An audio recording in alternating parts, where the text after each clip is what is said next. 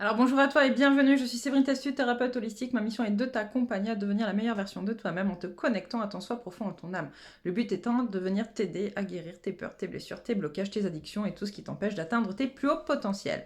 Je te retrouve aujourd'hui pour une guidance. On commence par les féminines, on va aller voir un petit peu ce qui se trame. Ça va un peu vite là-haut d'ailleurs, doucement, doucement. On va aller voir ce qui se trame. Avant de commencer, avant toute chose, merci de participer au dispatchage, j'allais dire, de mes vidéos, en likant, en t'abonnant si le message te plaît, s'il te convient, s'il te parle, pour qu'elle soit entendue par le plus grand nombre. Voilà, voilà. N'hésite pas à commenter, c'est vraiment très important. Ça, c'est pour le lien du collectif, en fait. On sous-estime un peu trop, finalement, les énergies qui nous unissent. Hein. Il ne faut pas oublier, nous sommes tous un, d'accord. Et d'autant plus quand on parle de famille d'âme, puisque toutes les personnes qui vont vers ce genre de vidéos font partie plus ou moins de la même famille d'âmes. Et il est important d'unir nos efforts d'un point de vue énergétique afin de soutenir le collectif, d'être soutenu par le collectif dans les moments où ça va un peu moins bien aussi. Voilà, voilà. Je crois que c'est tout ce que j'avais à dire pour aujourd'hui. Si jamais tu veux euh, qu'on échange pour voir comment je peux t'accompagner, je te mettrai en lien. D'accord. J'ai mis en place un lien pour réserver un appel gratuit d'une demi-heure, histoire de voir en fait comment on peut travailler ensemble si possible, comment je peux t'aider, comment je peux t'accompagner à résoudre une problématique, je sais pas, à voir en fonction de toi où tu en es dans ton parcours. Voilà, voilà. Bon, sur ce, on va se retrouver devant les cartes, voir ce qu'il en est. Alors, je vous donne l'ange du jour pour les féminines. Ahamia, Dieu l'espérance de toutes les créatures terrestres. Dans l'amour vrai, Ahamia est celui qui vous initiera. Il vous révélera la nature comme une grande famille, vous guidera vers de nouvelles relations de respect et d'amour fraternel envers les animaux, pas de condescendance ni de suffisance, la vérité. Demander l'intuition, c'est un don. Vous aimeriez ressouder ou développer des rapports harmonieux. Ahamia peut vous montrer comment organiser de petits rituels qui vous permettront d'y arriver. Restez naturel, pas de mysticisme exacerbé, juste Ahamia, l'envie de faire plaisir et de partager. Allez-y, c'est sacré. Ce qui vous manque est ce que vous retenez. Avec Ahamia, vous trouverez le courage d'oser le petit geste gratuit et amical que souvent vous vous empêchez de faire. Faites-le car vous comprendrez que se retenir est dangereux dans ce cas. Avec Ahamia, développez le plaisir de faire plaisir, cela vous sauvera. Je le garde avec nous, d'autant plus que je l'ai invoqué dans le cercle sacré que je crée pour faire des guidances, justement afin que vous puissiez bénéficier aussi des énergies et de ce que j'y mets à l'intérieur. Donc voilà, donc il est avec nous, n'hésitez pas à faire appel à Ahamia donc pour être dans des relations beaucoup plus harmonieuses. Et on va aller tout de suite regarder un petit peu dans quelles énergies se trouvent les féminines. Alors, que peux-tu dire aujourd'hui aux féminines?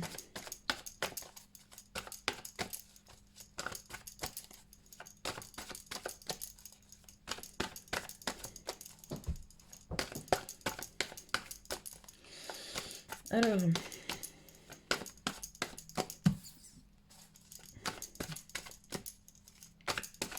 je sens des féminines qui libèrent des choses. Alors là, c'est d'un point de vue purement physique, hein, des ressentis physiques. Je sens des féminines qui sont en train de libérer pas mal de choses. Des choses qui remontent, des choses qu'elles n'avaient pas digérées. Hop. Voilà, tu vois, on a des féminines. Est-ce que c'est bien? Ouais, c'est ok.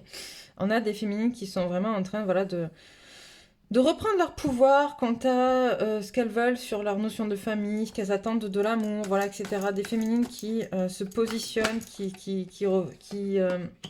se reconnectent, d'accord, à leur divinité intérieure, à leur part de divinité, à la lune, au cycle, à la compréhension que tout est sous forme de cycle. On me montre vraiment cette notion de cycle, en fait, tu vois. Parce qu'on est aussi en train de terminer un cycle, on me dit on est en train de terminer un cycle, on va vers un nouveau cycle à plusieurs niveaux, d'accord. Il serait un peu trop compliqué d'expliquer ça dans cette vidéo aujourd'hui, mais il existe plusieurs cycles. Vous avez les cycles astrologiques, les cycles énergétiques, les cycles lunaires, les cycles des planètes. Enfin voilà, tout est là, les cycles des saisons, etc. Et voilà, on est dans plein de cycles à la fois.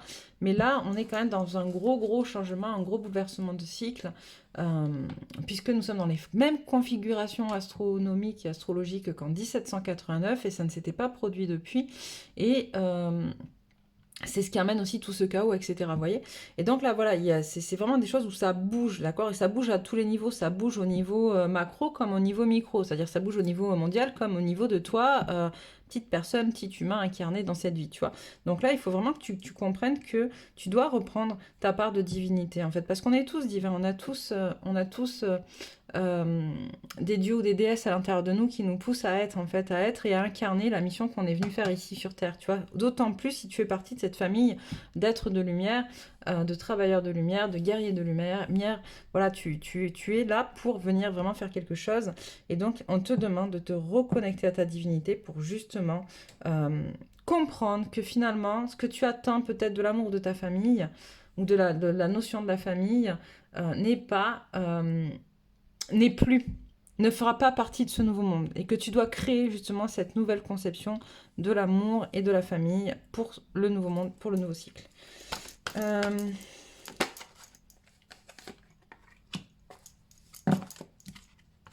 C'était celui-là en premier. Ok,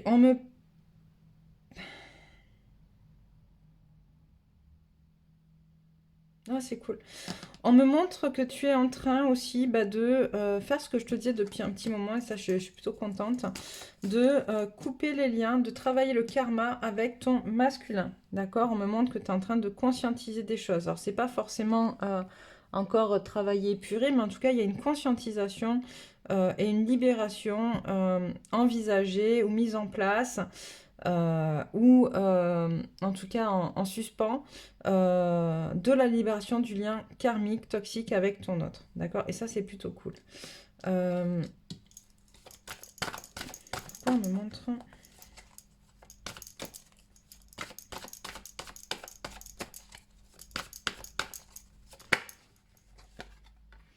Ok, d'accord. Et c'est justement en travaillant sur ce lien karmique, tu vois, je te dis depuis plusieurs, j'entends depuis plusieurs, voilà. J'entends depuis plusieurs semaines que la féminine est trop dans l'empathie, dans le lien à son autre. Ok, elle est trop dans l'empathie, que c'est compliqué. Je crois que dans la guidance que j'ai fait hier, on parle aussi un peu, et puis moi je le ressens aussi, hein, de flou, un peu de flou artistique entre le masculin et la féminine, des liens qui sont de plus en plus forts, de plus en plus présents, et où à un moment donné, on ne sait plus trop finalement, c'est moi, c'est lui, ce que je ressens, ça vient de moi, ça vient de lui, c'est quoi, qu'est-ce qui se passe, etc. Et c'est pour ça que de venir nettoyer le lien karmique entre toi et ton masculin va te permettre justement de pouvoir l'aider, lui, à sortir de ces problèmes, de ces problèmes financiers, je m'entends. C'est pas forcément des problèmes financiers, c'est des problèmes de positionnement dans la matière. Ça peut être des problèmes financiers, ça peut être aussi des problèmes matériels, ça peut être aussi tout simplement le fait d'être en capacité de se positionner face à d'autres dans la matière, ok? En tout cas, voilà, on te dit qu'en nettoyant justement le lien, tu prends le recul nécessaire pour lui permettre, lui, d'investir différemment ce que tu vas nettoyer, pour pouvoir se positionner aussi différemment. Ok. Qu'est-ce qu'on dit aux féminines?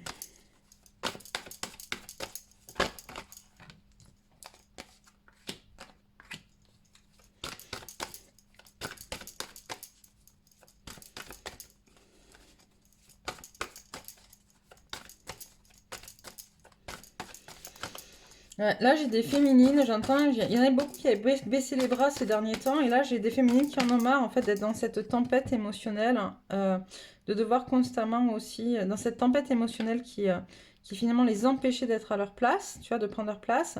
Et là, on a des féminines, voilà, qui reprennent un peu du poil de la bête pour faire baisser justement ce qu'il y avait à l'intérieur d'elles parce qu'elles en ont marre justement de ne pas être à la bonne place. Ok, on a des féminines qui veulent reprendre leur juste place. Tu vois, on a aussi, c'est sur la victoire. Donc, c'est ce qu'elles veulent. Tu vois, elles veulent reprendre leur juste place. Ok, et donc, on a des féminines qui sont en train de se relever les manches, tu vois, pour aller prendre, j'entends, le taureau par les cornes et se positionner dans le monde parce qu'elles le permettent à leur masculin, donc elles se le permettent à elles aussi. Et ça, c'est juste beau. Et on me dit à l'inverse, en fait, il faut que tu te le permettes à toi d'abord pour pouvoir le permettre aussi à ton masculin. Ok, c'est dans les deux sens. Ok, ok, ok, ok. Ouais, tu vois, on te demande de rester vraiment concentré sur ce qui est positif dans ta vie. Continue à te concentrer sur ça. D'être plus dans l'écoute de tes intuitions. D'accord, dans l'écoute de ce qui est. Parce que là, pour l'instant, tu n'es pas très connecté à ton troisième œil. Et donc, on te demande d'être un peu plus dans l'écoute de tes intuitions et aussi des synchronicités. D'accord. On me parle aussi, alors ça, il faudra que je peux pas trop, c'est un peu compliqué. On parle aussi avec Métatron de géométrie sacrée. D'accord. Donc, je te laisse un peu si ça te parle. Je ne suis pas encore assez calée là-dessus.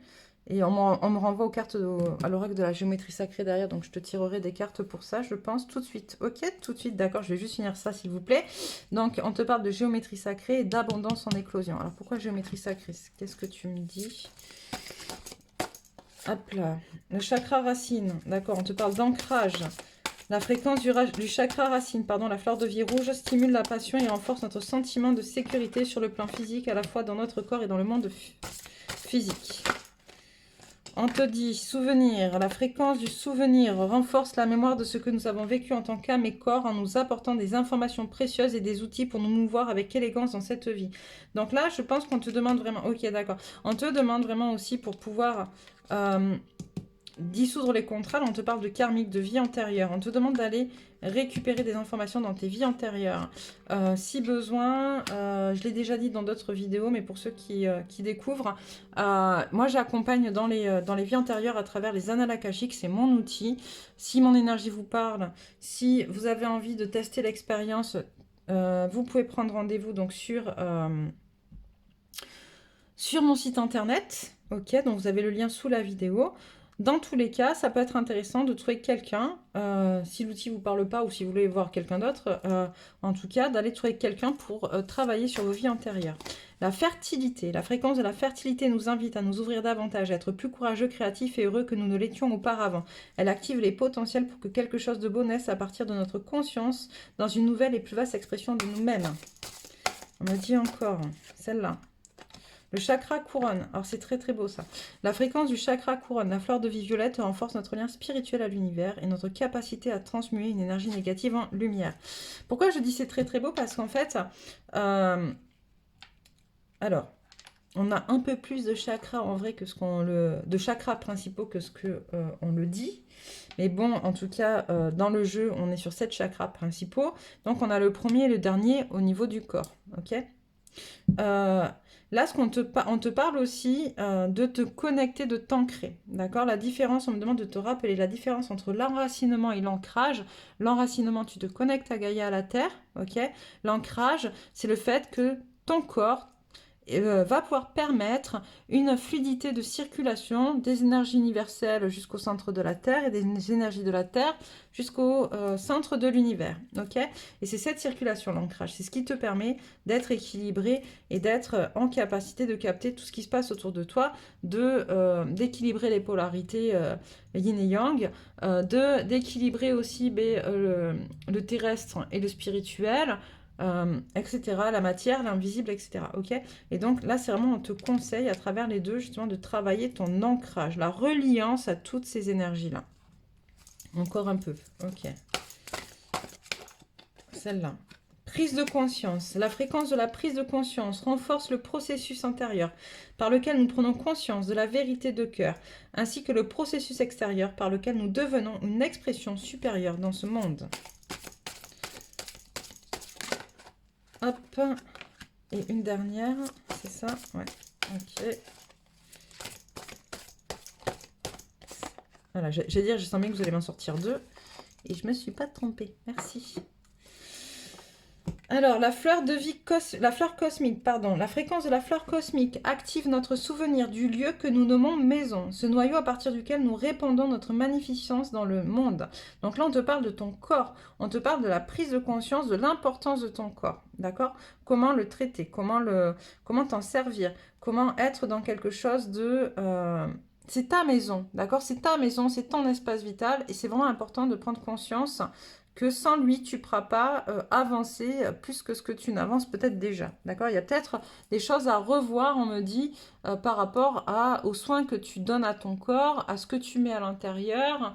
Voilà, il y a vraiment une notion corporelle et sensorielle. On m'envoie aussi à une espèce de connexion à établir avec voilà, tes sens et ton corps. L'affranchissement, la fréquence de l'affranchissement soutient notre capacité à nous exprimer pleinement en nous unissant aux autres avec l'assurance profonde que nous sommes tous connectés les uns à travers la même source, les uns aux autres à travers la même source. C'est vraiment ce que je vous disais tout à l'heure. Il y a de plus en plus de prise de conscience de nos familles d'âme, d'accord, de qui on est, qu'on n'est pas seul, qu'on fait partie de collectifs. Et il est vraiment, vraiment important de communiquer entre nous, de se donner de l'énergie, d'insuffler l'énergie dans le collectif pour pouvoir aussi en recevoir quand ça va pas. C'est un échange en fait gagnant-gagnant entre le collectif et toi, tu vois. L'alchimie.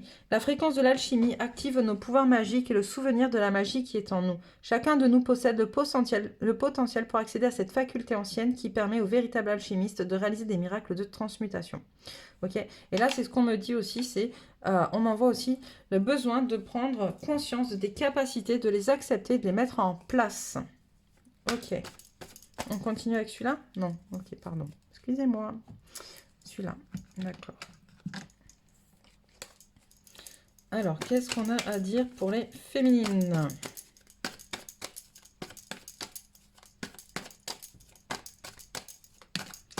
Tu vois, on revient sur le pardon, c'est sorti hier et je crois que c'est une notion qui est vraiment importante. Et je pense que c'est ça aussi, tu vois, ce que disait Amia tout à l'heure dans la carte. Attends que je retrouve la phrase. Vous trouverez le courage d'oser le petit geste gratuit et amical que souvent vous vous empêchez de faire. Moi, je pense qu'il y a beaucoup de féminines qui s'empêchent d'être dans le pardon vis-à-vis de leur autre parce que elles ont souffert et que finalement, c'est l'ego qui prend le dessus. Et c'est l'ego qui dit ouais, non, moi, j'ai pas envie, en fait, tu vois, parce que pourquoi ça sera à moi d'aller vers lui et de le pardonner avant qu'il s'excuse mais j'ai envie de te dire, tout dépend de ce que tu recherches. Et là, on te dit que quand tu auras compris cette notion de pardon, ça te permettra aussi, toi, de te mettre dans un équilibre, en fait, et de te reconnecter à ton âme et de transmuter pas mal de choses, en fait. Et notamment pas mal de choses au niveau du lien. Du lien et du lien à ton autre. Du lien à toi, du lien à ton autre. Il y a des choses très rapides, là, ça va bouger très rapidement. On le voit souvent avec l'oracle de la lunologie, où on a la carte l'énergie gagne de la vitesse. On verra si on l'a tout à l'heure ou pas, mais voilà, il y a des choses qui arrivent très très vite pour faire justement lâcher les illusions, en fait. C'est vraiment la compréhension que tu vivais dans un monde d'illusions. Que tu vois, tu te voilais la face, j'entends, ok? Là, on a la clé entre les mondes invisibles, la croix d'Ankh, qui est aussi en lien avec la guérison, et on te demande d'aller, voilà, de regarder l'invisible, de regarder en fait au-delà du voile, j'entends, et de guérir ce que tu ne voulais pas voir jusqu'à présent, en fait, ok? Reconnexion corps âme esprit, beaucoup de questions. Pourquoi des questions? Pourquoi des doutes? Dis-moi. Pourquoi des doutes? Quant au contrat, c'est ça? Quant au contrat, au voyage? Ok. Ok, d'accord, je comprends mieux. Voilà, beaucoup de questions par rapport à ton contrat, d'accord? Beaucoup de questions, beaucoup de choses qui reviennent par rapport à ce que tu as appris, d'accord? Et par rapport à ce que tu entends. Aujourd'hui, il faut le savoir, on entend de tout et n'importe quoi sur les réseaux sociaux. La spiritualité, ça devient comment dire, une mode, ok? Une mode qui est commercialisée à tout va et à n'importe où, n'importe quand, tu vois. Je veux dire, tu peux pas. Il y a des choses qu'on peut pas. On peut pas. Moi, quand j'entends, et ça me met hors de moi, et je vais le dire là parce que ça me met vraiment hors de moi, et je pense que c'est important que ça sorte là, tu vois. Et on a aussi la carte de l'erreur. Je suis en train de te parler ça. On a la carte de l'erreur.